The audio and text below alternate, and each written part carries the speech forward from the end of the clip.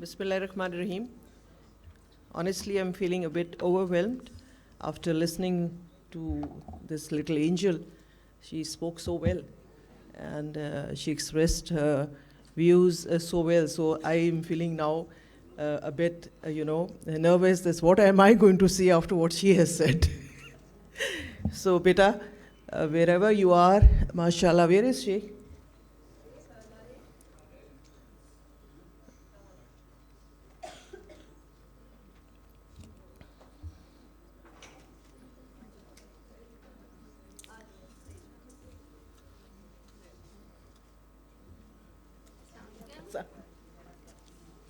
I'm so proud of you. Thank you so much. Keep it up. Thank you. Thank you. I'll talk to you later, right? Okay. Distinguished guests, respected partners, the German Federal Ministry, BMZ, Gates Foundation, GIZ, Nutrition International, World Food Program, provincial governments, colleagues and ladies and gentlemen, Assalamu alaikum. It is an honor for me to speak with you today about the Sopran initiative. This program shows BISP's strong commitment to improving social protection in Pakistan. Sopran is a good example of what we can achieve when different partners work together with a shared goal to improve the life of our people. At BISP, we believe that social protection should not only provide financial help, but also support health, education, and overall well-being. Our leadership has always focused on new ideas, strong partnerships, and practical solutions that match national priorities.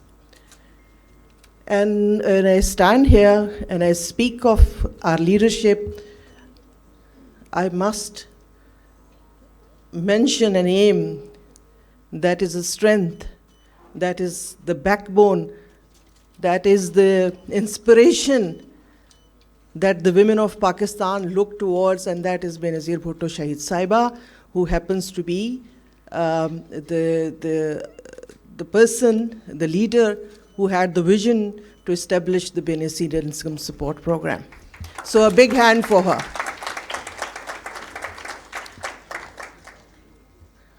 Honestly, I take my strength from her, I learn from her. Whenever I become weak, I think of her and the strength comes back. This is what I've experienced myself, so I wanted to share this with you. I would like to sincerely thank the government of Germany for its generous support, their cooperation through GIZ, along with the support of the Gates Foundation. It has played a very important role in making this initiative successful. I also want to appreciate our technical partners, Nutrition International, CERP, and the World Food Program for their knowledge, guidance, and continuous support. Through Sopran, BISP has introduced a complete approach to improve the nutrition and awareness of adolescent girls in 7 districts of Pakistan. And I sincerely believe that it should be spread out to the other regions as well to have better results. The program includes weekly iron and folic acid supplements, better access to fortified wheat flour, and community awareness sessions about healthy nutrition and behavior. These activities are helping girls become healthier, more confident, which we just saw, and I'm honestly very impressed, and better informed about their futures. One of the key strengths of Sopran is that it works through existing systems instead of establishing new ones. And that is a very positive approach. So there is no need to replicate things and to duplicate things. So as we have to work through the existing systems to make it more doable and workable. This makes the program more practical and more cost-effective and more sustainable for the future.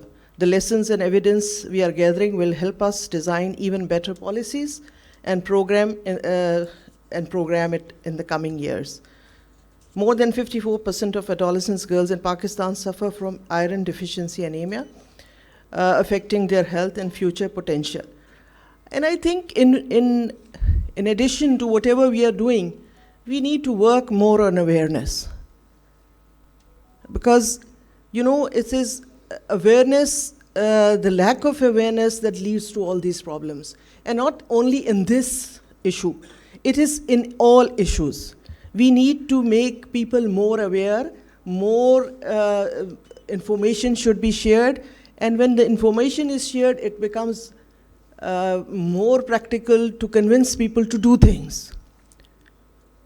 I hope, as we have done with polio, we have gone wrong somewhere. Till now, we have not been able to eradicate it.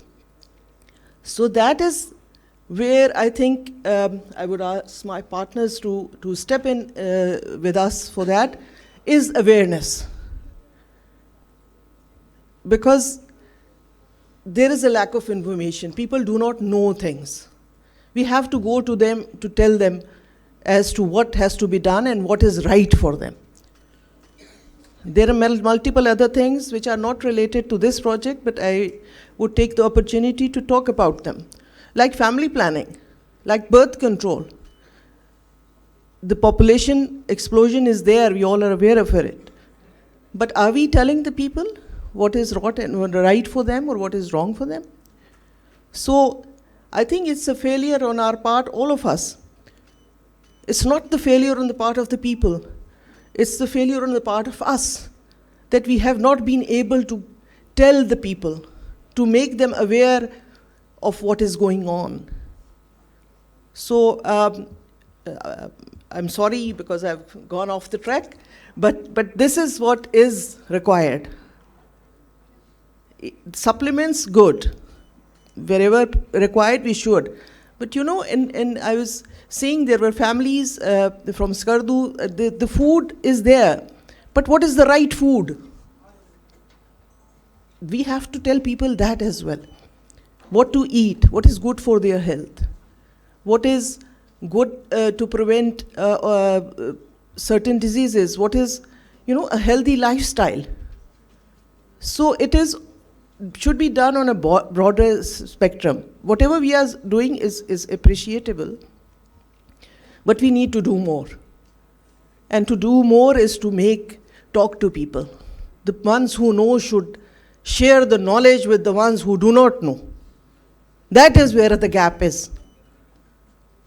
So I would take a long time to talk about this because it's very close to my heart, but I think there's a shortage of time and the program must go on. In the next phase, we envision a stronger collaborative model where federal and provincial health, education, and food departments integrate these approaches into their systems and refine implementation. I would also suggest here that we should make, I would rather bring it up myself in the parliament, that this should be made a part of the curriculum as well. This is where you teach them. This is where you tell them. If the girls know from childhood as what's good for them.